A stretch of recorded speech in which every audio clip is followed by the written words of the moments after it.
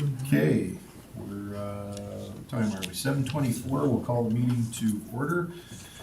And we'll begin with adoption of the agenda. Does administration have anything to add? Are you adding the IEP? Yeah, we were gonna. You are. I can Okay. add it. No, your worship, no.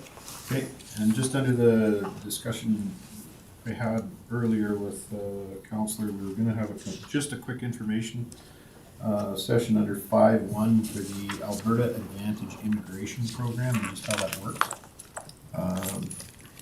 So we call that 5.2 then? 5.1. Wait a minute. Nope, 5.2. I'm on the wrong thing here yet, 5.2.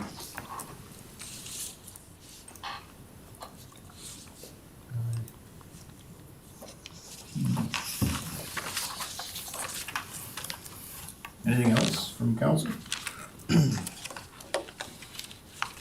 Motion to adopt the agenda as amended. Thank you.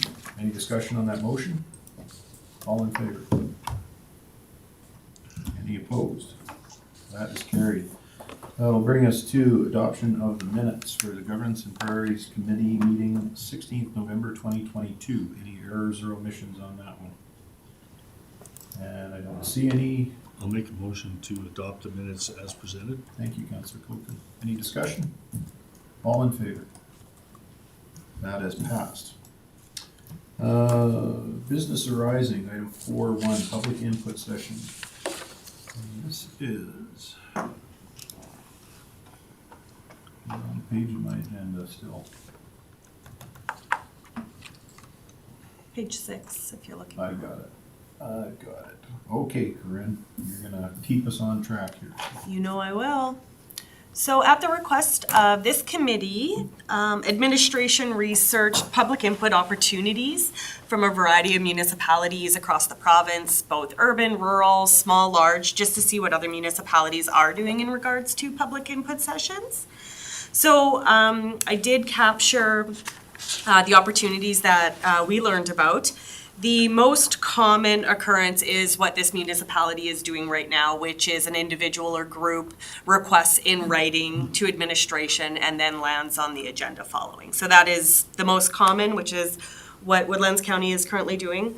The other most frequent occurrence was kind of like an open mic, where the municipality has a set number of minutes to allow the public to come speak, and it's a standing item on the agenda. It varied from either 2 minutes to 5 minutes.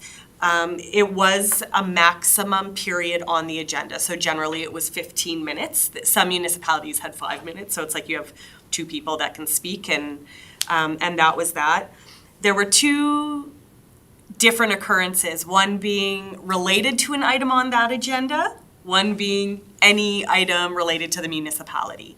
So it was kind of a mix and match of any of those opportunities. One was you can submit in writing your feedback, and then that's distributed to the council, and then it becomes part of public record. So that gets attached to a part of the agenda. With invitation from your chief elected official. Again, it was kind of a mix and mash of all these opportunities. And then this was an interesting one. Request in advance to speak at a G&P committee meeting to any item impacting the municipality. So not even to council, but so still in front of the same members, but not at a council level. So that was just kind of a one-off. I only saw that in one place, but I thought I would make a note of that. So again, currently Woodlands County has individuals or groups request in writing. The time allotment, as this council knows, is 15 minutes, and that's where this conversation initially drummed up, was we had delegations running over that 15-minute time allotment, and at the request of a councillor who is not at this meeting, we were looking at other opportunities for the public to get involved. So that is what administration has learned. Councillor Dean? Yeah, and I think also after we attended the White Creek Town Council meeting when they adopted their version of the ICF, I noticed that open mic, if you will, was on their agenda, and I had brought it forward to council, so that was part of the impetus behind this as well. And another, through the chair to to the committee. Another thing to note, in talking with administrators who have this on their agenda, it's an item that is rarely used. Some who have added it to their procedures within recent years, they said it was kind of a hot thing when they newly added it, but it peters out and is rarely used, only if there's maybe a hot button topic. However, the feedback was generally really good from administrators, that they liked giving the public that opportunity to create more two-way conversation with their residents. And from a communication standpoint, not even a legislative standpoint, I like the concept of more public participation and opportunities. So this is here to see what the appetite of the committee might be to potentially amend the procedures bylaw, if that's something that this committee wants to forward to council. Okay. Yeah, and I think if we do it, I've seen some rules that are so restrictive that, you know, you can't, yes, you can come and speak, but you can't speak about it if it's on the agenda. You can't speak about it if it used to be on an agenda, and, you know, that kind of thing. So it's, you have to make it open enough so that people can actually give feedback on it if you are genuinely seeking feedback, I think. Does anyone want to speak? Councillor Prestige? Through the chair. I have no problem with having residents voice their opinion and everything, but when they come to council with something that we don't know anything about, we don't have any information for them, sometimes it's futile. Where if we know beforehand what they want to talk about, then we can actually give them an answer. Councillor Dean? Through the chair to Councillor Prestige. So I hear that. I also think that there's value in a resident bringing forward something that we don't know a lot about and gives us pause to think, and we ask our administration to bring it back. Because sometimes there's things that come up that we don't know about. See, and if I could speak to this for a minute, I actually, although it's rare, I kind of like the idea of doing it at the Governance and Priorities meeting. You're doing it once a month. It's in an evening already. We typically do this in an evening, so people are generally more available in an evening. The GNP meetings are a little less formal. There's generally a little more time on the agendas. And we also, so, you know, that atmosphere is a little less adversarial maybe, or rushed, or I don't know how to say it exactly. Less formal too. So it kind of puts people at ease. You know, limiting it out to a 15-minute maximum with the speaking and then that way, really it fits at governance and priority too, because we're, you know, that's where this is the discussion type thing. We're learning, we're all gathering information, we're trying to make good decisions, and then once we get to that point, we can forward it on to council. So that's kind of the one I like. But Councillor Dean? Yeah, and I don't really, I shouldn't say don't care. Either way, I would be in favor of whether it was at this venue or it was at a council venue. What you're saying, Reed Burrows, is bang on. You know, that it is less formal, that it's probably conducive for better dialogue from the person who's speaking, because usually those people are a little bit nervous. And, you know, if you can break down those barriers, they'd probably get their point across that much more. The thing that I see we're facilitating is what Corinne had said, is just that openness, you know, that want from council to engage the residents. So to me, it doesn't matter which way it goes. So I'd be in favor of either one. Okay. Councillor Prestige? Through the chair. So if we do it at one of these meetings, which I think is great, how much time do we allot for it? Like, just throwing it out there, if we get 4 people here, each talking for 15 minutes, that's an hour. 2 minutes. 2 minutes, that's all we get. And we allow 15 minutes.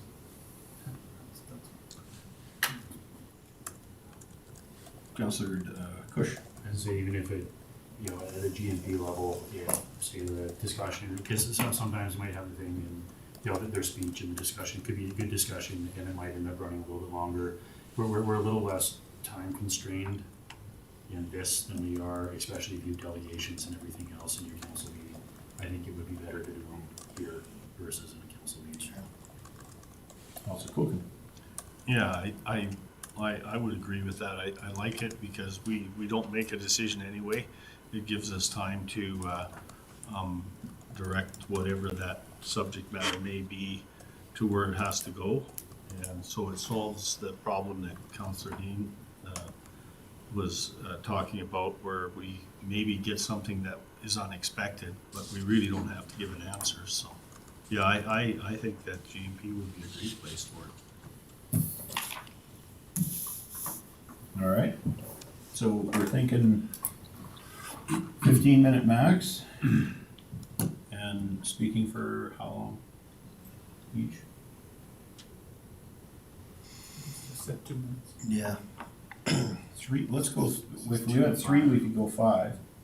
We could have 5 at 3.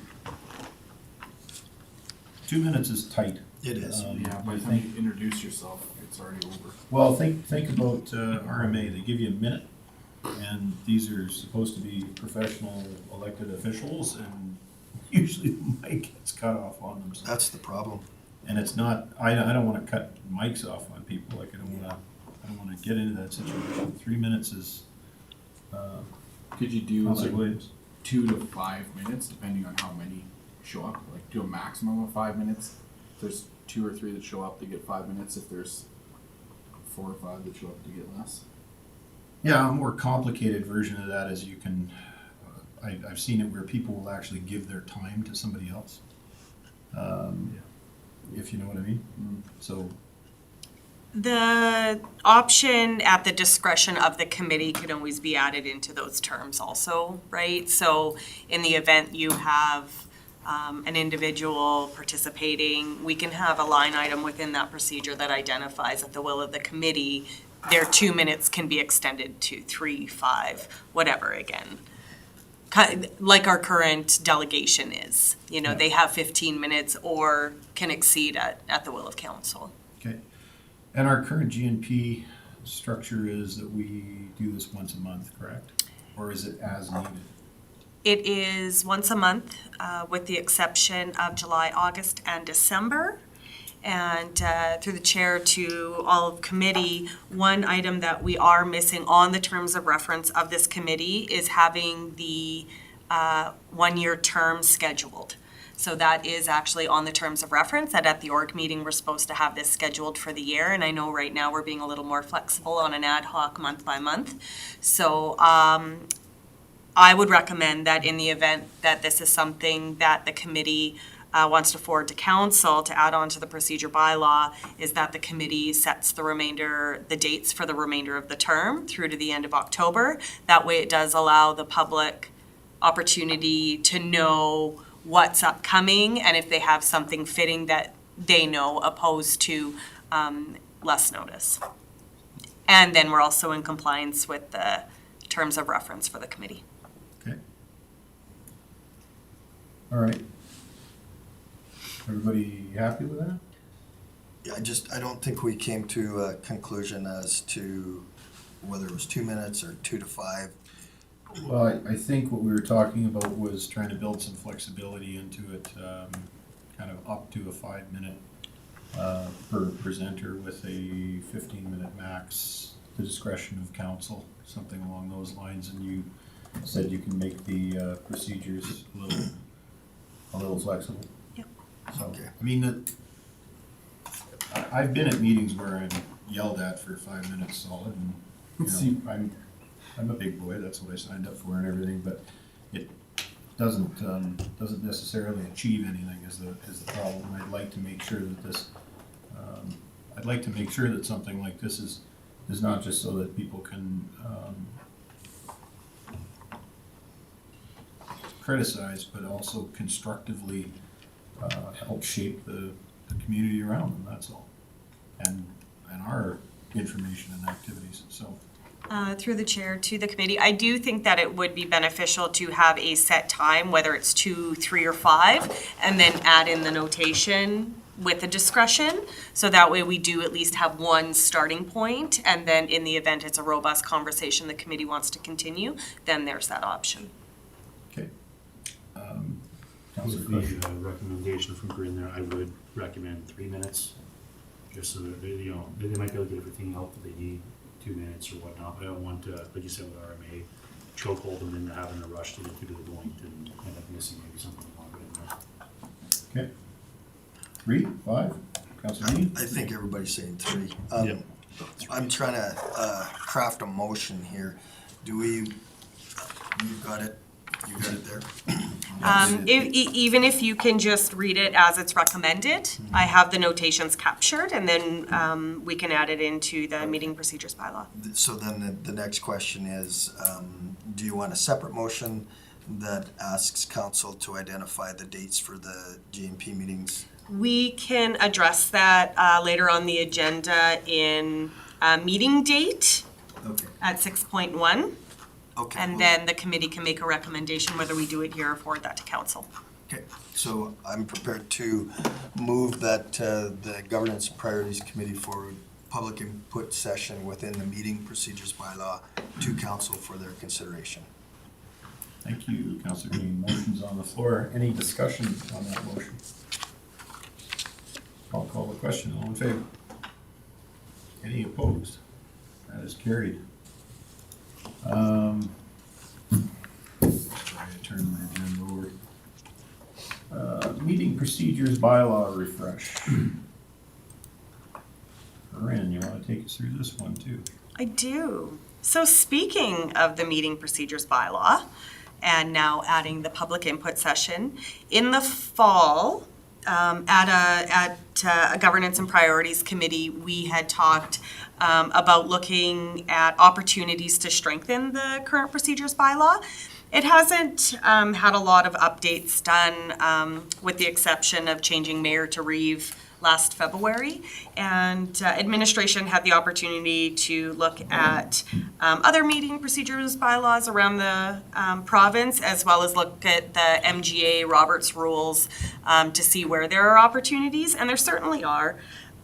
There are no blazing spots where the procedures bylaw is in bad shape, but certainly there are multiple definitions that can be added. They're mentioned throughout the document, but they're not defined.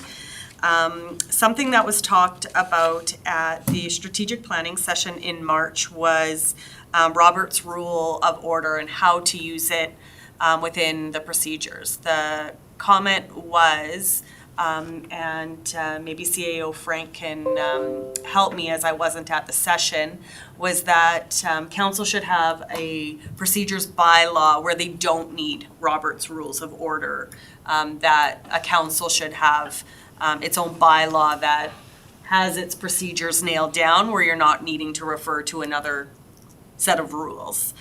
And another thing that is missing from this procedures bylaw is the need to jump back and forth between the bylaw and the MGA. So there are opportunities to put specific pieces of legislation that is required right in the bylaw. So you don't need to jump back and forth. Other little things like what happens if quorum is lost. Order of business, something that this council and its committees practices is jumping around on the agenda as time is needed or you have attendance. That's not currently written in the procedures bylaw. So again, strengthening our procedures, adding things like this. Organizational meetings and special meetings, clarifying procedures, including providing public notice, which I personally believe is super important. That taking oaths of office is required. Again, this is stuff that's missing from our current procedures. And then something that I believe should be strengthened is closed session. And again, this is pulling in legislated requirements from the MGA that is right in council's own bylaw about those FOIP items. And again, some of the legislated requirements, just like no motions shall be made in closed session. some things, again, that aren't in the current procedures bylaw that could help strengthen.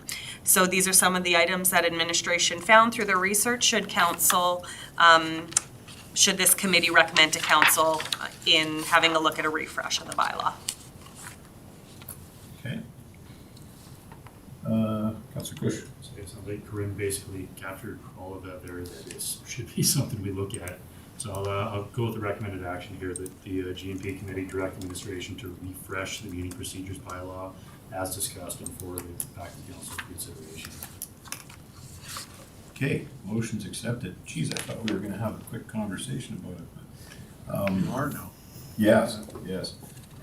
So with that motion on the floor, I'd just like to speak to it. So there's a couple of things that I've noticed, and it kind of saved our, I shouldn't say saved our bacon, but I will. At the moment, under the old procedures bylaw, there was a reference to the Roberts rules, and this one there isn't. And the reference to the Roberts rules, and part of the problem with this current one is there's no limit to debate on a motion. There's no, what's that? No, I'm just, The Roberts rules used to specify you could speak to a motion twice for a total of 10 minutes. And you can start a clock on a member that wants to go on, and then once they'd exhausted their 20 minutes on it, they could only speak twice for a maximum of 10 minutes each time. Once they stopped talking and gave up the floor, then when they got recognized again, their second 10 minutes started, and they either ran out to 10 minutes or were done. And then you could move on.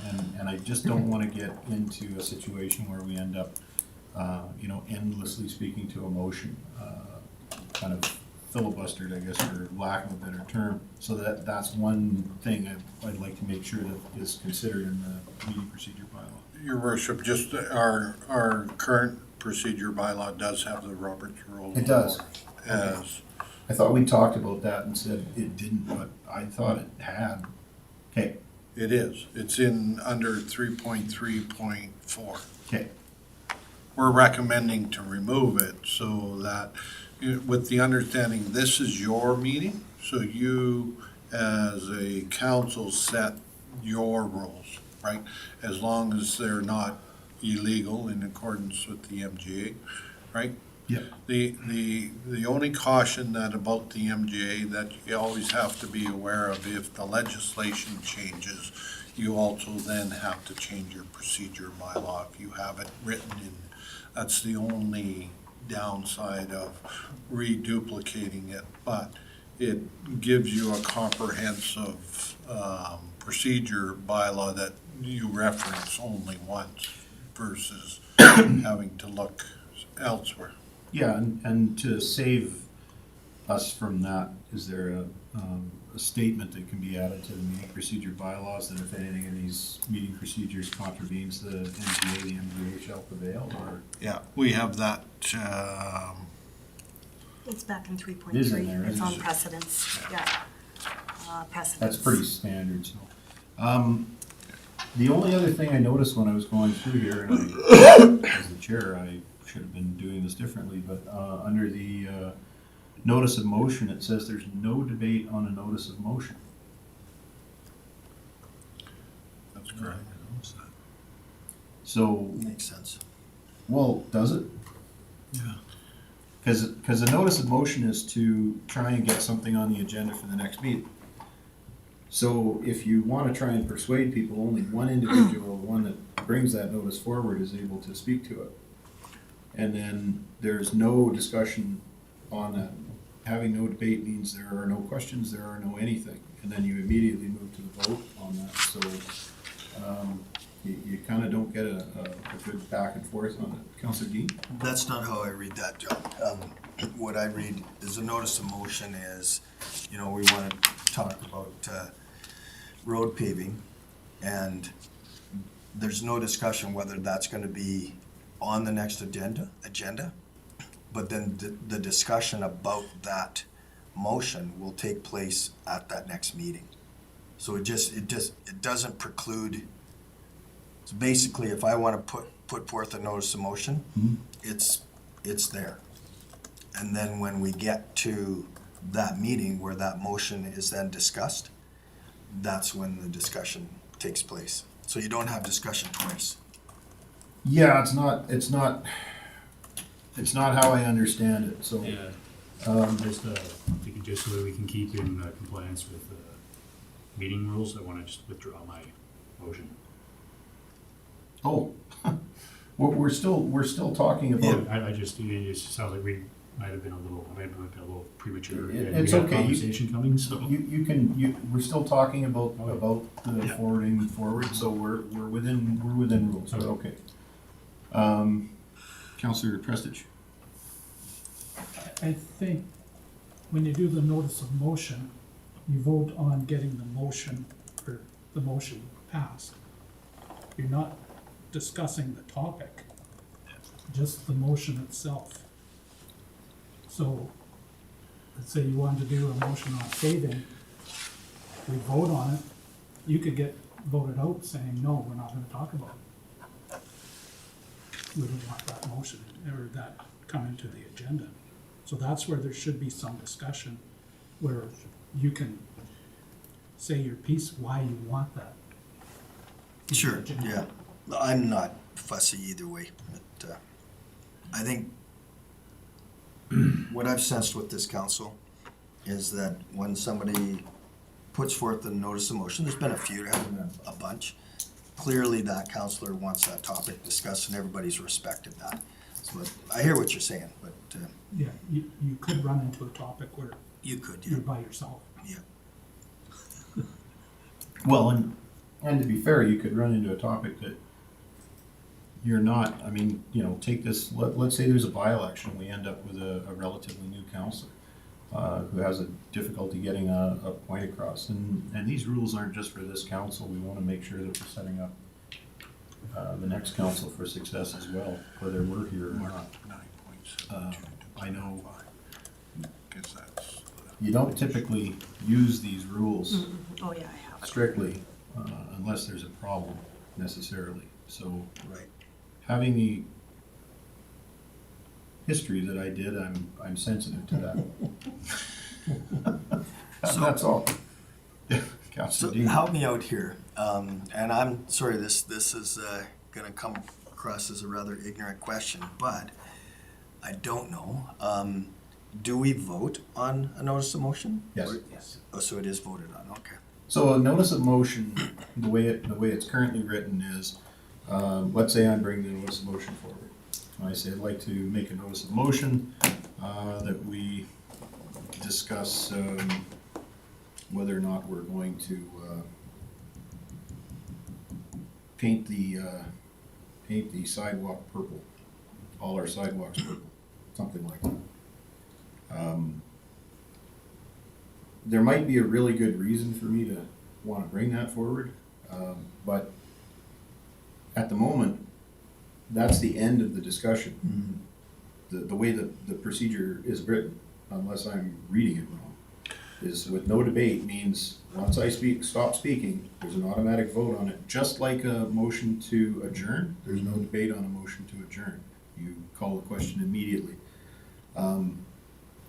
Sometimes you don't understand quite what that thing is that people are bringing forward. So I'd like to see a little bit of debate or some structure around that motion is all. But Sure. just so that people, and that way also, I think admin will have a more fulsome idea what the heck it is they're actually trying to bring to the agenda. What information council needs to know, because they're the ones that have to put that all together, so.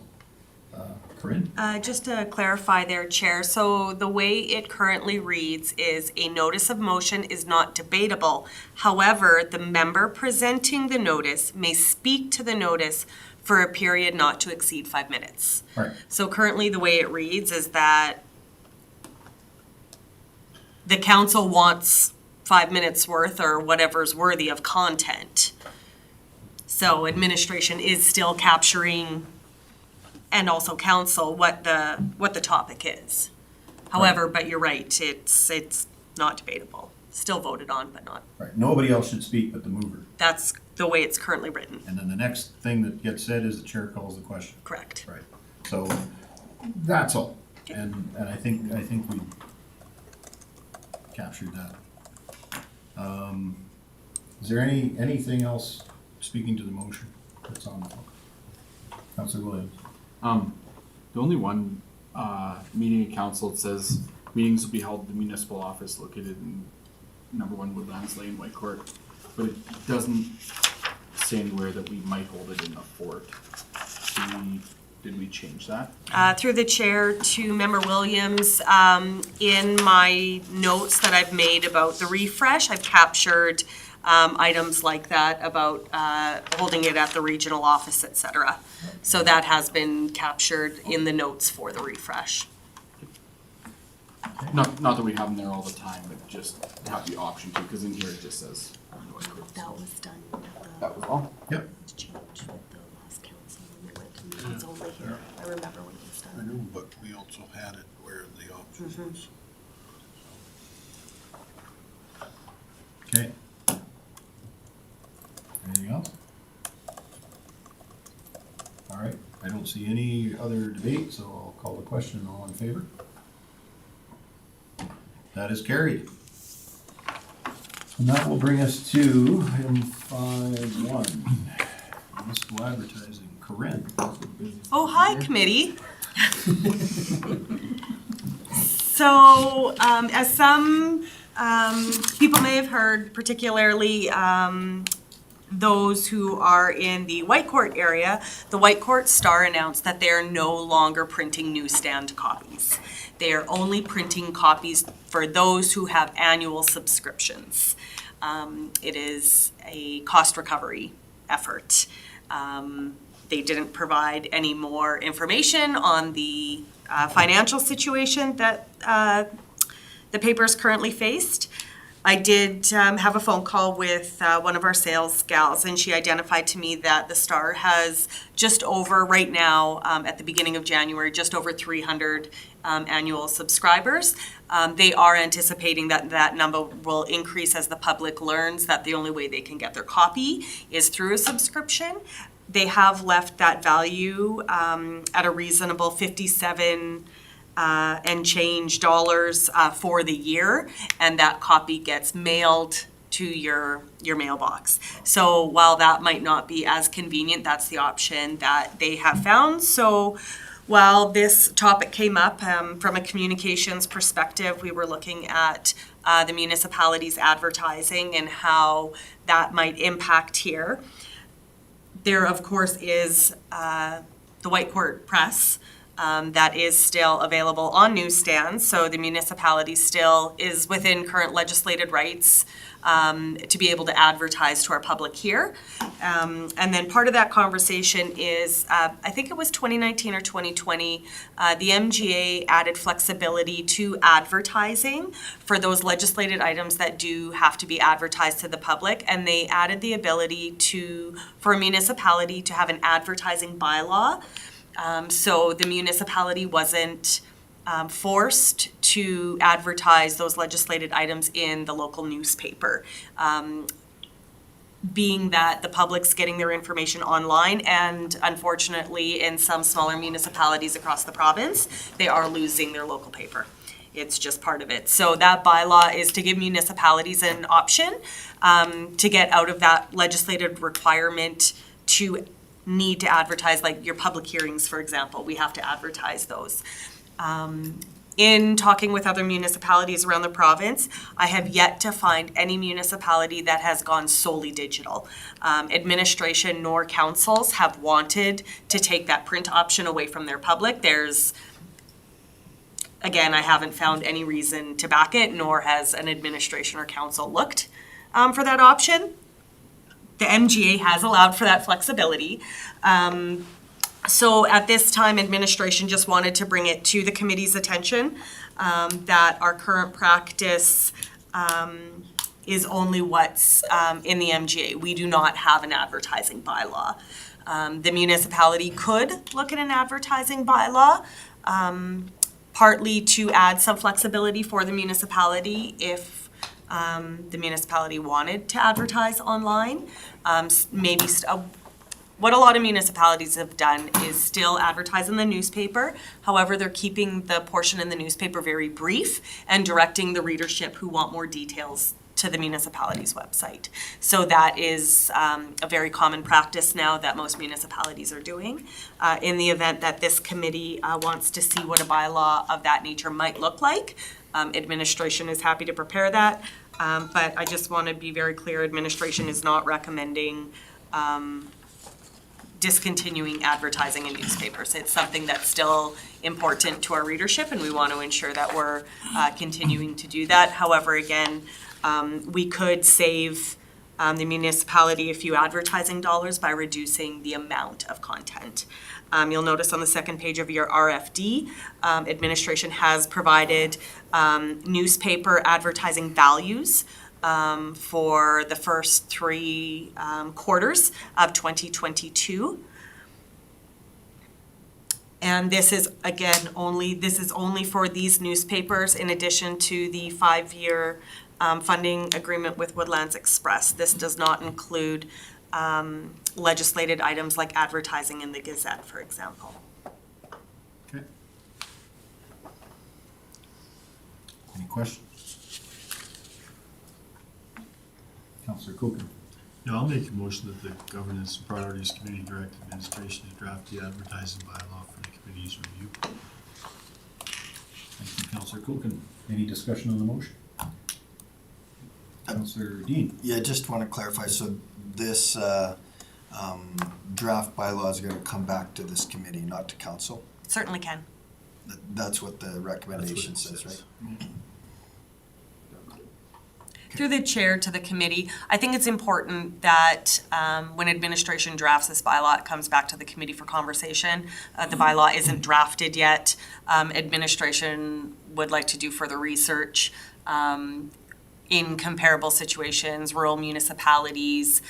This municipality also has a unique situation being spread out over multiple urbans. With other newspapers, so administration would just like some more time. So I think it gives the committee an opportunity to discuss before it does head to council. Okay. Any further questions? Speaking to the motion? Okay, I'll call the question. All in favor? That is carried. Okay, that brings us to our added item, which is the AAIP. That's the item 5.2 Alberta Advantage Immigration Program. So, can I turn it over to you? Yeah, You can ask sure. the question and then we'll go ahead, Councillor Dean. So first of all, I need to make it pretty clear that I don't have a real good understanding of this program.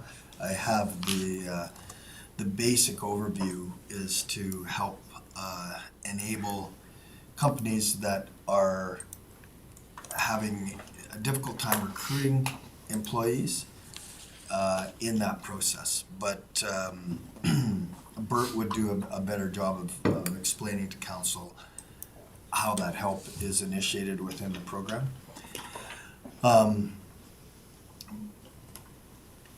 For example, a company, say Miller Western wants to hire a engineer.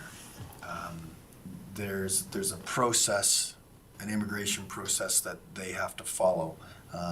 It has to be advertised locally for a certain amount of time to make sure that Canadians get first crack at it, etc. As I understand this program, it enables companies to just expedite the process. I attended a session at the EDA, and when I looked around the room, everybody in there was an urban, if you will. And so I kind of thought, well, it's not really for a rural municipality. It's, so I didn't give it any more thought. But what's happened is a couple of county-based companies would like to utilize the program, but Woodlands hasn't endorsed the program yet. The town of Whitecourt has, and how I understand it is that if a Woodlands-based company wanted to utilize the program, Woodlands County would have to send a letter of support, and then they could go underneath the town of Whitecourt's blanket program. So, as you can tell, I don't have a firm grasp on this program, but if I'm right about that, and that's essentially what Bert told me today, it seems to me like there's no reason why we wouldn't want to help Woodlands-based companies. And so what I was going to ask is for Bert to flesh it out a little bit more, perhaps come to our next council meeting, and if there's not enough time for that, the one after that, and so the council does have a good chance to review it and get an understanding. So that was it. And then, Okay. I thought that we had discussed this at council, and now that I'm hearing the history of it again, because is that our adoption of the letter of support? No, your worship, members of council, I believe the discussion occurred at the Economic Development Committee as a whole when the program last fall was being rolled out, whether or not there was a need for us to make application. Because you have to be a host municipality to allow that to occur, to be on the government's program for this AAIP. And through the discussion, and my understanding is that we would hold off to see if there was real need for our businesses to seek whether or not we would qualify or be part of the program. And then in discussions with the town, it was discussed that they would ask for a letter of support from us, and as long as we're endorsing it, they would go under their program, and they would then do the process and accept the application on that behalf.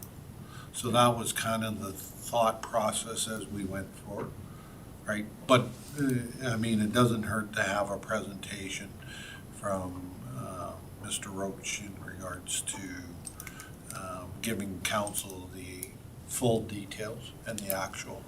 Okay, I'm not on the ECDev anymore, so that's, I remember having this conversation somewhere, but I think it was at the ADA, because you Was and I it? were both in that conference, in Yeah. that session, and we kind of looked at each other and went, let's go to the next session. And that's right. And so away we went to, That's right, because it was, yeah, because it said rural and we were, yeah. and it was all urban, yeah, right, I remember. Okay, So if I could just clarify, so what I'm asking council to consider, first of all, I'd like our EDO to give us a better understanding than what I can right now, because I'm not doing a very good job of it. But if the nuts and bolts of this is that all we have to do in order to enable a Woodlands-based company to utilize the program is offer them a letter of support, and then they can go under the town of Whitecourt, to me, I don't see any reason why we wouldn't do that. okay. Mr. Cush. I understand, it's easy doing it that way, but we also keep struggling with an identity thing where every time something comes in and something, it's always the town of Whitecourt, and we're kind of holding on to their, tail feathers there, trying to just follow along. And everywhere we go, everybody always looks at it as, well, the town of Whitecourt, you see you're from Woodlands County, it's like, well, where's that? Well, by Whitecourt, Whitecourt's in here.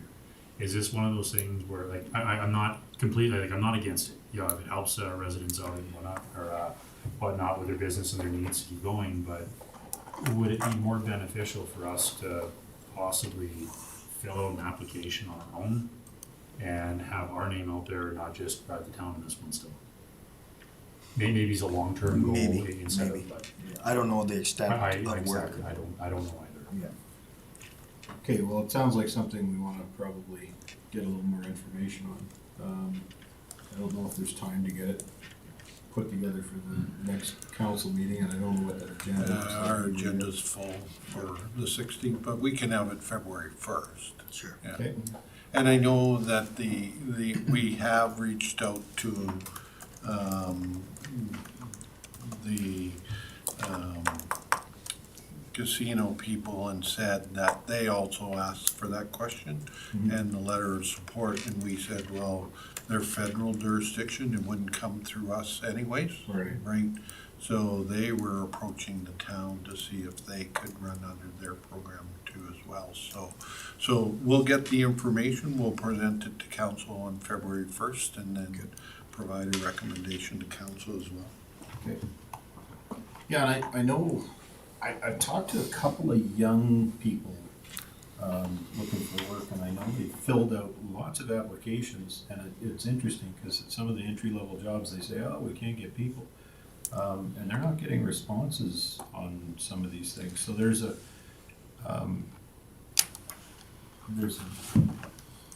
bit of a disconnect there, and I don't know whether the disconnect is at the, what are the companies looking for at some of those jobs, or is it because they, everyone here probably was, when you went looking for a job in that type of market, you went to the individual physical brick and mortar building, and you met the management, and then you handed them a resume. It rarely works like that now. There's either an online thing that's filled out at length, or there is a corporate site or something along these lines. Oftentimes the HR departments aren't in the physical buildings anymore. It's a kind of a weird scenario. So I know people say we can't get people sometimes, but I don't know if the people that are at some of these places, and maybe I'll pick on a big corporation like Walmart, something like that.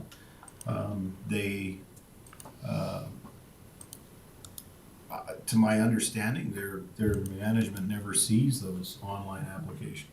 They get forwarded on. So, Well, just speaking on that, there's a young guy in Blue Ridge, he's an electrician. He tried to get on with TransCanada because they had an advertisement, they were looking for an electrician. So he puts an application into them, and he got denied, and he didn't find out till later that TransCanada has a dividing line, and he was from Blue Ridge, so he was in a different area, and they weren't looking for an electrician. They would not take his application in the White Court side. So there's, like you say, there is a disconnect.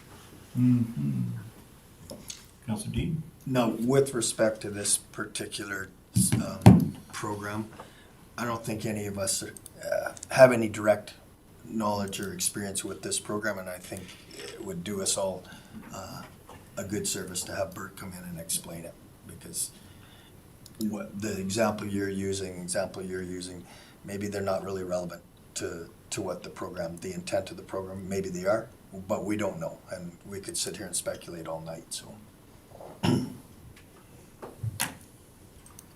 Okay. So we'll bring that conversation to February 1st, you said? February 1st. Fit in on that one? All right. That brings us to the end of the agenda. You gotta make a motion. Oh, sorry. We've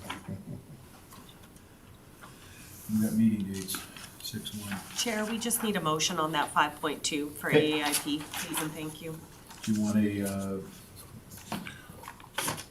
to make a motion on it, Councillor Kuchen? Yeah, I'll make a motion that we have Mr. Roach, our EO, give us the background on that program at February 1st meeting. Okay. So your motion is to have a presentation on the AAIP program? Is that what you said? Yeah. That's what I said. Sorry, I mumbled. Okay. Any discussion on that? All in favor? Carried. All right, item 6.1, meeting date. Next meeting.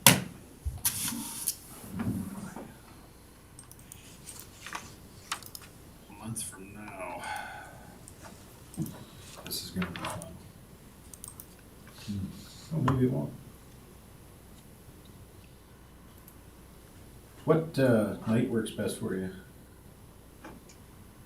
And then? You don't care?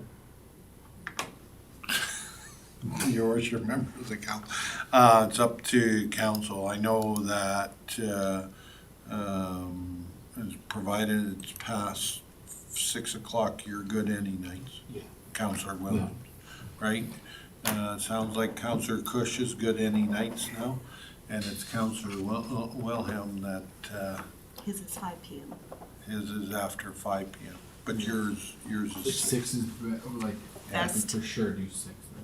Okay, Councillor Cush. I was gonna say, February 22nd and 24th, I haven't, talked to Corinne yet, but there is a conference I'm probably gonna be attending. Do it February 8th. That's the off week. What's the conference? Alberta Care for recyclers. We could always do February 14th, we can all dodge a bullet. So much trouble. She's probably watching this. I cannot know more of that. And through the chair to the committee, just a notation that February 20th is a stat, that's Family Day. Yeah. You do have council meetings on February 1st and February 15th, and then March 1st. Could we do it 8th? It's a month, it's a Wednesday evening. 8th? Yeah. It kind of avoids that end of the month busyness. Yeah, 8th. I'm good on the 8th. Anyone else? 8th? Like at 6:15. That'd be for sure. Councillor Dean? Yep. I'm good with the 8th. Okay, 8th. What do you prefer, 6 or 6:15? 6:15. What time? Are you now? 6:15. 6:15.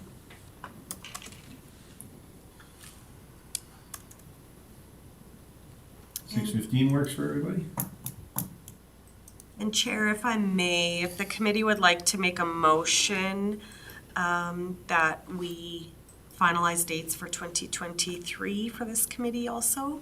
I don't know if you'd prefer that discussion to be at council or, Could we do that at the 8th meeting when Jeremy's here too? That would be, well, I don't know, I mean, people don't know when they're gonna be here, that's the problem. Councillor Dean? Could we ask administration to take the off Wednesdays and just, give us a list and present it to us? It can either be in an email or it could be at our next GMP. And give us some time to go through our calendars and see if those dates work. Yeah, so we'll forward out a non-council meeting dates, and then if it doesn't conflict with any of your conventions that you have scheduled, right, then we'll give you dates, for example, February 8th, March 8th, and then April, whatever. yeah, et cetera. April date. Yeah. Councillor Prestige? Through the chair, if we do the schedule on these set dates and something does happen that the majority of us can't make it, can we change them? Always. Yep. Councillor Dean? And I'm just gonna make a comment that I've made in the past as well. We do a pretty good job of making sure we're all here for all of our meetings, but there are gonna be times when it just, somebody has a holiday or whatever, and you just can't make everyone. So I think the important thing is quorum. Like, certainly we want us all here, but we need at least quorum, and if we have quorum, then we can have a meeting. Yep, that's true. Business needs to get done. Which is why we have these backup positions for everything too, so. Okay, so let's first do a motion for the 8th February at 6:15 for the next meeting. And then we'll do a second motion to get the Councillor Prestige.